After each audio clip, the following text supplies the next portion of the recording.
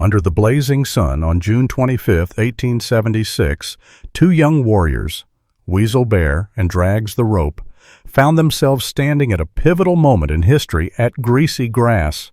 As Sioux and Cheyenne fighters braced themselves for the clash with Custer's advancing troops, their hearts pounded with a mix of dread and determination. Having just witnessed the turmoil of battle, Weasel Bear felt the ancestral call urging him to stand firm. At the same time, Drags the Rope, moved by fierce devotion to his people, raced desperately to alert them of the soldiers drawing near. Their intertwined stories paint a vivid picture of courage and the grim reality of war, while also capturing the spirit that drove them to defend their lands and heritage. Come along as we uncover this powerful story of bravery and sacrifice, an unforgettable piece of the legend surrounding Custer's last stand. Before we dive in, please like and subscribe to our channel to help grow this community. In late spring of 1876, word spread through our camp that white soldiers intended to force us onto a reservation, something we refused to accept. As soon as the grass grew tall enough to feed our horses and restore their strength, we traveled up the Tongue River, hoping to join Sitting Bull at Greasy Grass, known to many as Little Bighorn. Roughly a week before we planned to join Sitting Bull, scouts reported that white soldiers were riding up from the south, seemingly intent on battling the Sioux. We quickly sent warnings to Crazy Horse. Our Cheyenne band, numbering 57, then made a forced march and caught the soldiers off guard at the Big Bend of the Rosebud River. In that fight, it felt as if the Great Spirit walked beside us. We pushed the soldiers back to the south, ensuring they wouldn't trouble us further. After this clash, our two Cheyenne villages moved to Greasy Grass to unite with the Sioux under their respected leader, Sitting Bull. We Cheyennes followed the leadership of Two Moons. One day, while I was driving horses downriver from camp, someone suddenly came running, shouting that soldiers were on the way. I rushed to help bring the pony herd back toward the west and then galloped to my teepee to grab my rifle. By then, Reno's men had already dismounted and formed a skirmish line. We charged fiercely, but Reno quickly mounted his men and led them out of the woods at a run. They crossed the river and climbed a steep bank toward a hill. Some of us gave chase. Just then, Chief Little Wolf rode among us, urgently shouting that more soldiers would attack from downriver. My friend Kills in the Night lost his horse amid the chaos, so I pulled him up behind me and we rode as hard as we could. After crossing the river, we followed a ridge until we spotted a stray horse nearby. My friend jumped down and caught it for himself. Dust hung heavy in the air, and soon smoke rose as the gunfire started again.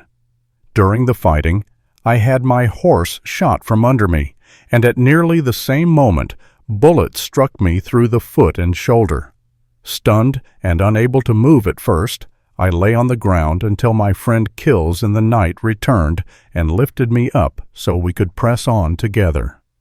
Not long afterward, the fight ended. Warriors surrounded the white soldiers, overwhelming them completely. That evening, our people celebrated loudly, despite our sorrow. We had lost 7 Cheyenne warriors in the battle, yet we took pride in having been among those who defeated Custer that day. As night fell, news spread that more soldiers might be moving up along Greasy Grass. At dawn, I joined my band on the far side of the river, where we again fought against Reno's men. My injured foot throbbed painfully and was badly swollen, so I tied it up with a rope to ease the pain. Shortly after midday, we broke camp and began riding upriver toward the Bighorn Mountains. That morning dawned hot and clear, with sunlight spilling across the valley of the Little Bighorn.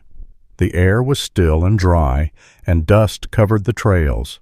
Using the tip of his moccasin, young Deeds nudged at clumps of buffalo grass beside the lodgepole trail, sending grasshoppers scattering.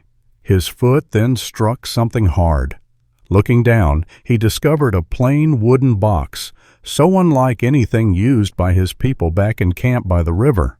Curious, he crouched beside it for a closer look. Deeds, barely 10 years old, had lived his whole life deep within the Hunkpapa hunting grounds, far from the white man's settlements. Guided by a child's curiosity and not yet wise to a warrior's caution, he decided to open it. The lid had loosened, but still needed prying. Deeds drew out a bone-handled skinning knife from the sheath at his side and began working it open. He paused to glance around, hoping to see his older brother. Brownback was still higher on the divide, rounding up their grandfather's ponies. Once Brownback returned with the herd, Deeds planned to choose a favorite pony and help drive them back to camp, where their grandfather, Four Horns, would distribute them along with all of their grandmother's belongings. Deeds still struggled to believe his grandmother was gone. She had passed away before dawn, while the drums of the all-night scalp dance still echoed faintly. It was strange to picture camp without her steady presence, fleshing hides or carrying kindling, as she always had. Adding to the mystery of her death were the words of Deeds's uncle, Sitting Bull, who told the family gathered around her that her passing meant something important was coming. "Perhaps the vision I had of our enemies falling into camp may soon come to pass," he said solemnly. The adults nodded, including Four Horns, who wiped away tears, while Deeds silently watched over what was left of his grandmother. A little later, Brownback called him away to help with the ponies. Finally, the box lid came free. Inside, Deeds found crumbling pieces of hardtack bread. He lifted one to his nose. It smelled nothing like the familiar fry bread of Sioux women. Taking a bite, he realized he was tasting white men's bread for the first time. Suddenly, the sharp clatter of hooves startled him. Expecting to see Brownback, he turned, but 3 white soldiers were riding hard toward him, carbines firing.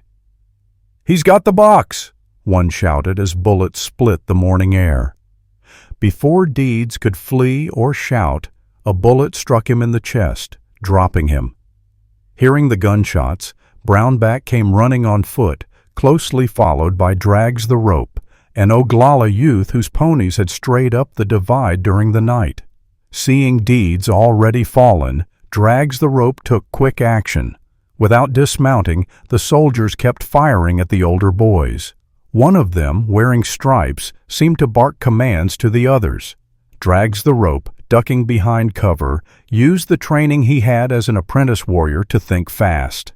He moved through the grass toward Brownback and urged him to run for the village to sound the alarm. "I'll hold them back," he said.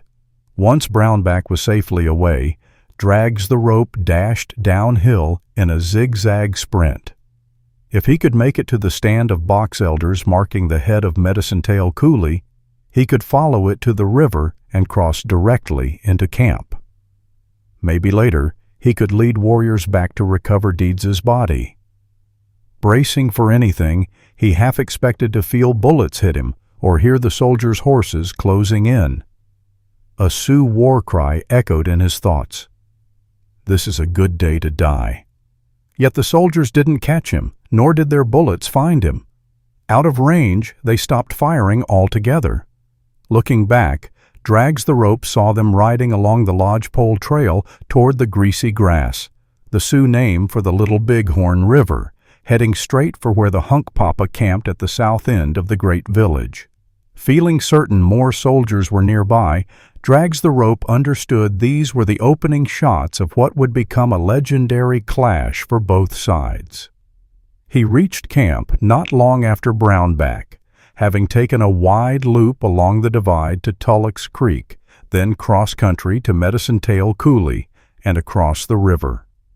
When he arrived, he reported seeing only 3 soldiers, so at first the Oglala camp wasn't alarmed.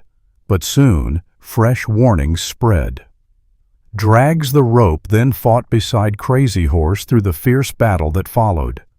I hope this first-hand account sheds new light on the Battle of the Little Bighorn and the Great Sioux War of 1876. Stay tuned for more stories like this.